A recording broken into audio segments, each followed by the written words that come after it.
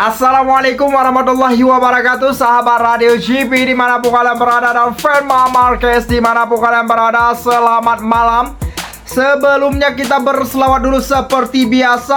Allahumma salli ala Sayyidina Muhammad, Allahumma salli ala Sayyidina Muhammad, Allahumma salli ala Sayyidina Muhammad sallallahu alaihi wasallam. Welcome back to my channel Radio GP. Pew pew pew pew pew pew. Oke teman-teman, unbelievable. Apa kabar teman-teman semuanya? Tentunya alhamdulillah baik-baik saja teman-teman ya.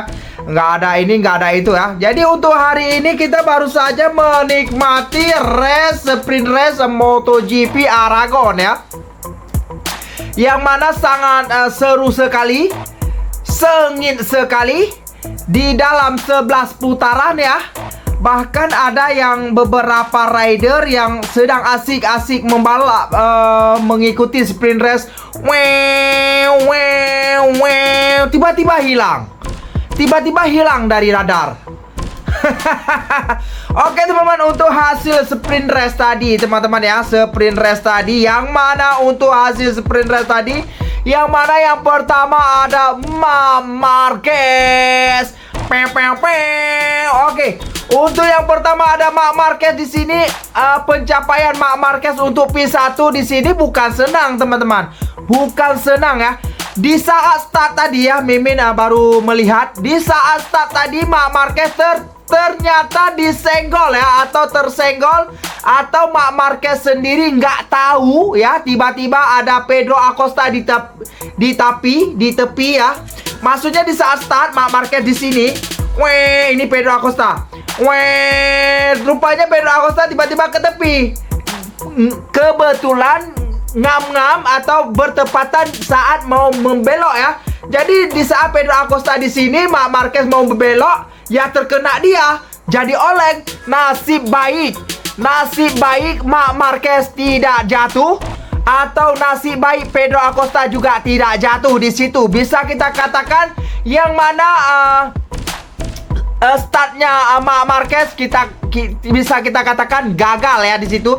Namun walaupun gagal begitu, nggak tahu kita apakah itu satu keberuntungan, kita nggak tahu. Yang jelas Marquez P1 dengan insiden tersebut ya, sanggit kena gitu ya.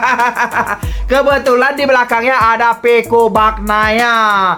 Jadi untuk di posisi kedua ada Alex Marquez ya, di mana Alex Marquez di saat start pertama dia langsung memimpin balapan teman-teman, begitu ya.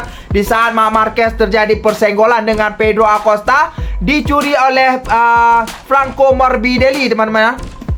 Franco Morbidelli di posisi kedua di saat itu, dan akhirnya akhir cerita Alex Marquez di posisi kedua. Dan untuk posisi ketiga diambil alih oleh Fermin Aldogar. Bukan senang juga Fermin Aldogar teman-teman.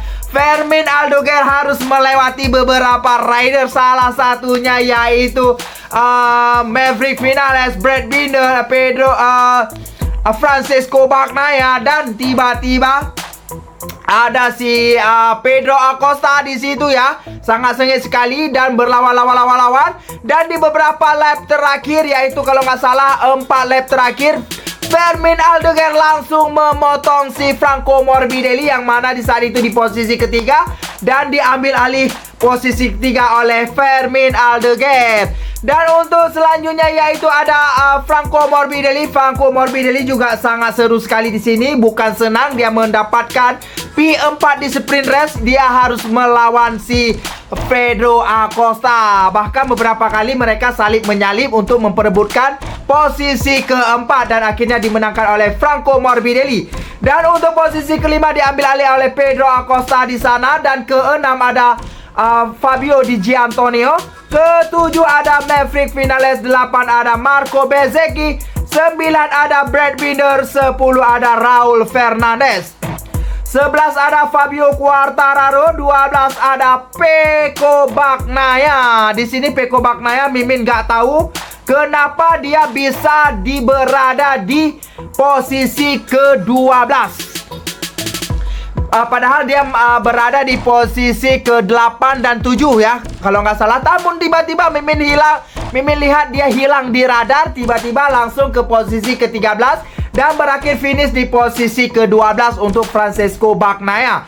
Dan untuk ke posisi ke-13 ada Jack Miller, 14 ada Alex Rin, 15 ada Miguel Oliveira, 16 ada Johann Zarco, 17 ada Enea Bastianini, 18 Lorenzo Savadori, 19 ada Sam Chatra, 20 ada Augusto Fernandez, 22 ada 21 ada Joan Mir. Di sini Joan Mir crash ya, terjadi persenggolan dengan Jack Miller. Nggak tahu apa kasusnya. Apakah Jack Miller akan kena penalti atau itu hanya sebatas insiden lapangan? Kita belum tahu, masih dalam peninvestigasian pihak PIM. Namun Augusto Fernandez, Mimi nggak tahu nih kenapa dia bisa crash di saat sisa lap terakhir. 3 lap. Oh, bukan, di saat 3 lap pertama. Oke teman-teman, di sini kasihan sekali. Ternyata Ato tercinta kita menonton, teman-teman. Menonton si jagoannya menghilang di radar, teman-teman. Namun Mimin nggak tahu kenapa Francesco Bagnaia. Nanti Mimin akan cari tahu, besok kita akan naik videonya.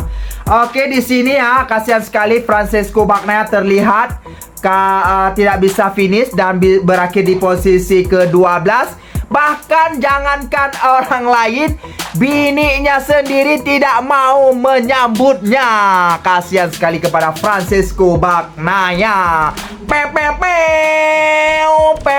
Gitu ya. Apapun cerita, kita ingin Francesco Bagnaia kembali bangkit ya, supaya dia bisa berlawan Marc Marquez dengan teropong ajaibnya.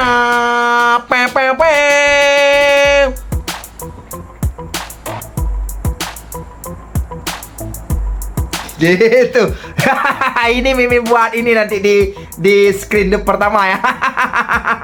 Gini ya. Palih kami, palih.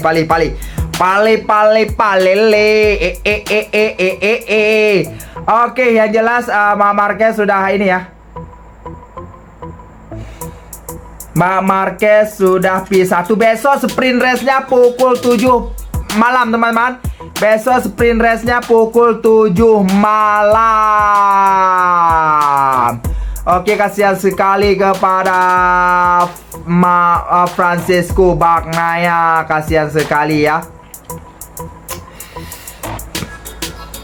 nggak mendapatkan poin langsung ya, walaupun bisa finish ya, tapi dia nggak bisa mendapatkan poin ya.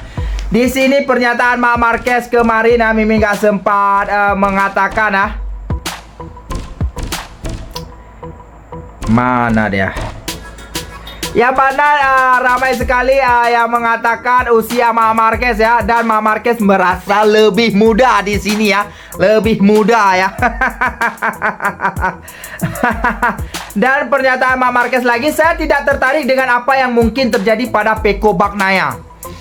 Ini agak sedikit ya pernyataan dari Marc Marquez, yang mana dia tidak tertarik atau dia tidak peduli apa yang terjadi dengan Pecco Bagnaia. Maksud Marc Marquez di sini, walaupun ayat tersebut rada-rada sombong, tapi maksud Marc Marquez di sini bukan tidak perhatian, tidak.